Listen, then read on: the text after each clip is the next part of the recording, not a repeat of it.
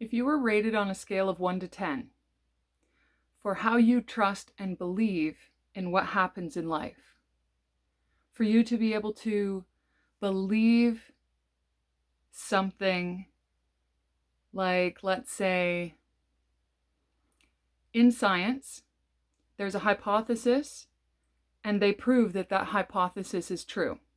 So science goes about figuring out how they can prove that something is factual. In the spiritual community, you surrender to the unknown and you have faith that basically everything is magic and everything is a miracle. Hi, I'm Holly, and I'm sharing a part of my journey to bring courage and inspire you on yours. And I'm really curious, and I want you to think about this for a second. On a scale of 1 to 10, 1 being spiritual, 10 being scientific, where would you put yourself? Spiritual being, okay, let's say number 1 is, I fully, wholeheartedly surrender to the unknown.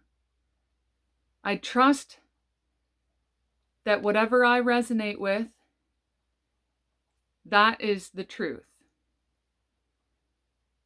I surrender to the unknown and trust that everything happens exactly as it should.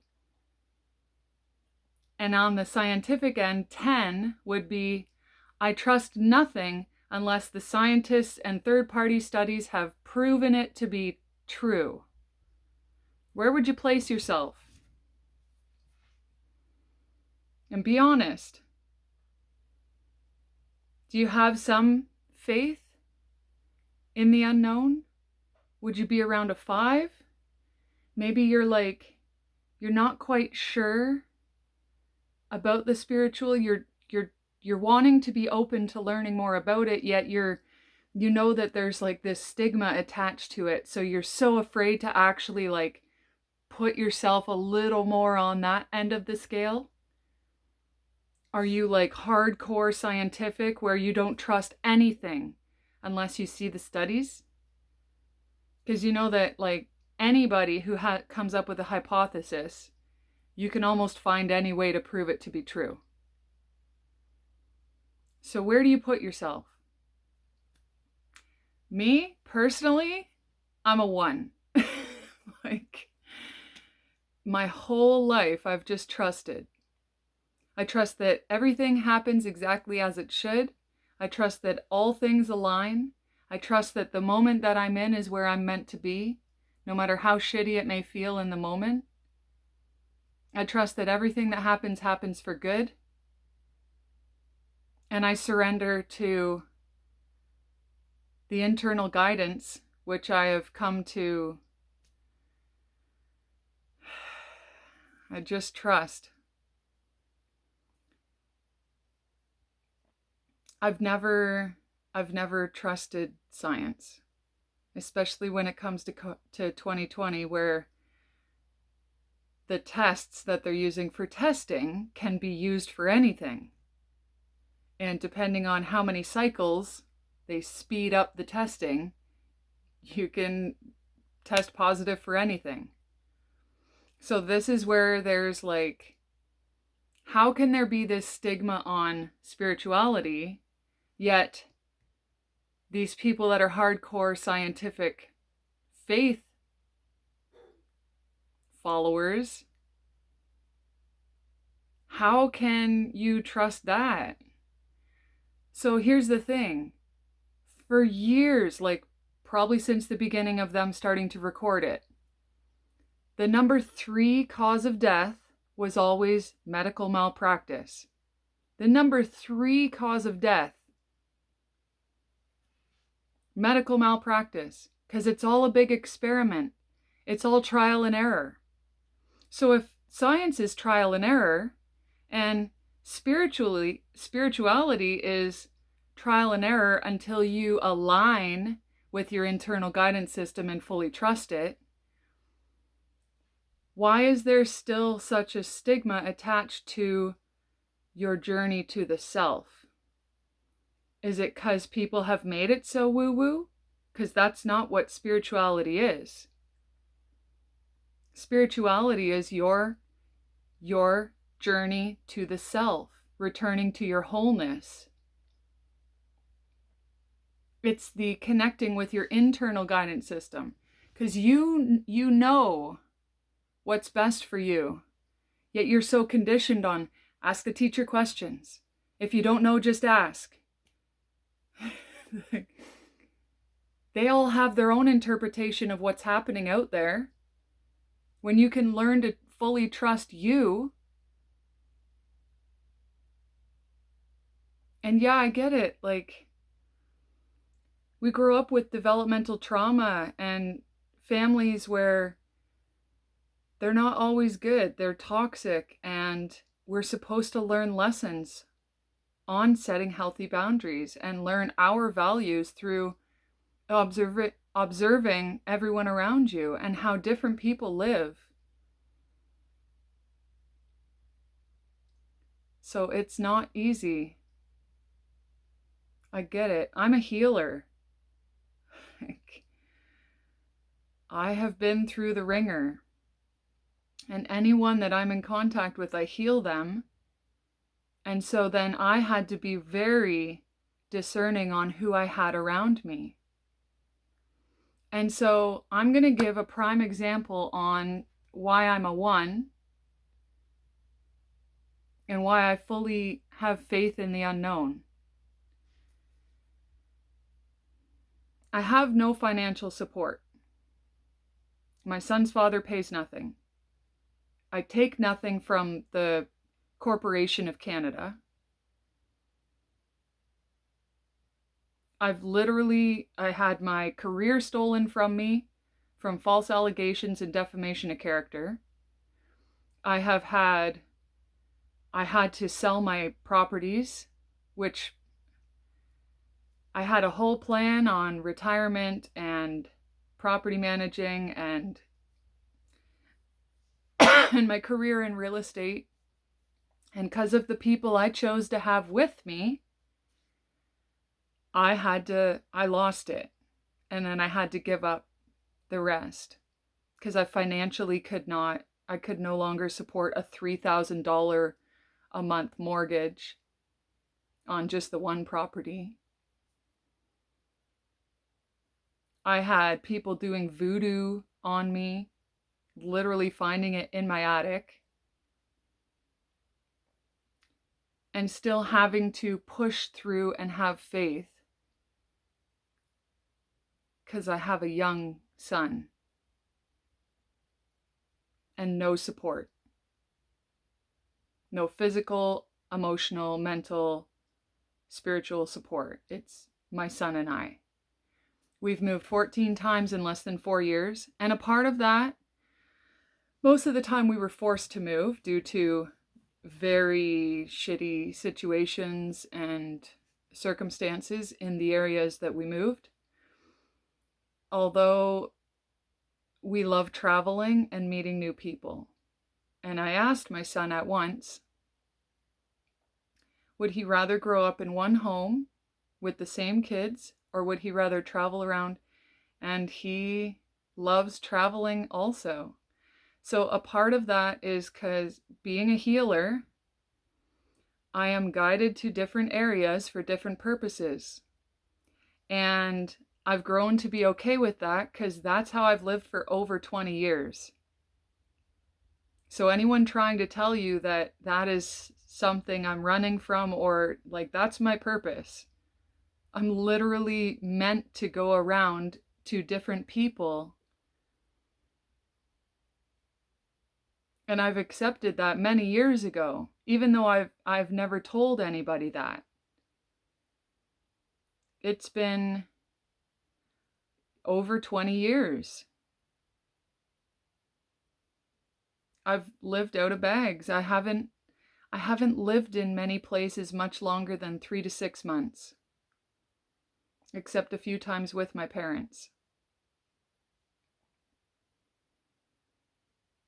And so when you understand your purpose, because you've connected with your internal guidance system, and you know your purpose, you will have people constantly attacking you. You will have people, friends, family, and they will hide it really well. Like super well. Even people that you've never met that are connected to people you know.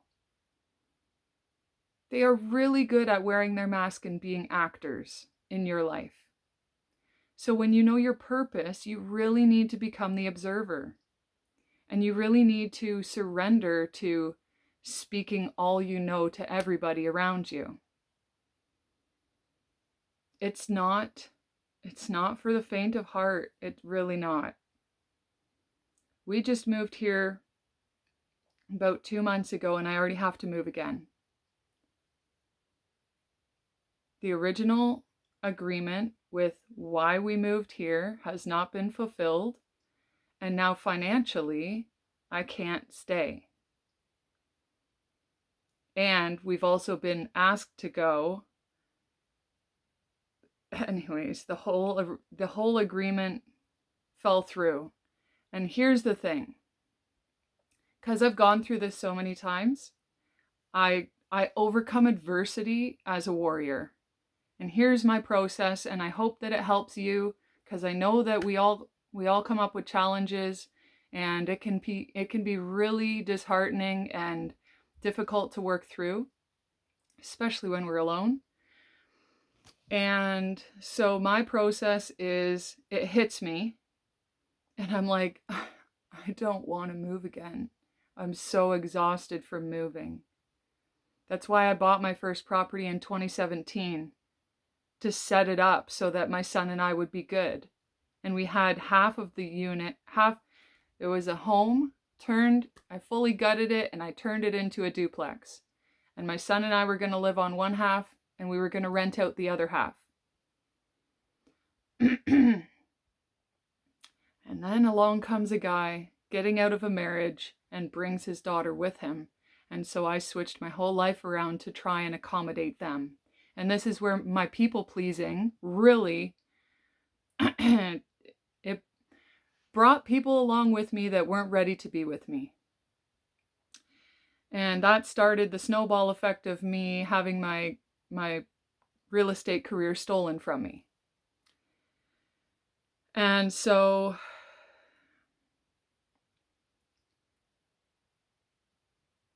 it has been one thing after another. Yet I always have faith that rejection is redirection, or rejection is God's protection, however you'd like to word it.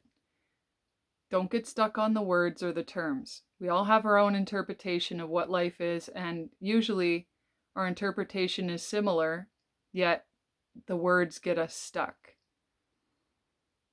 So I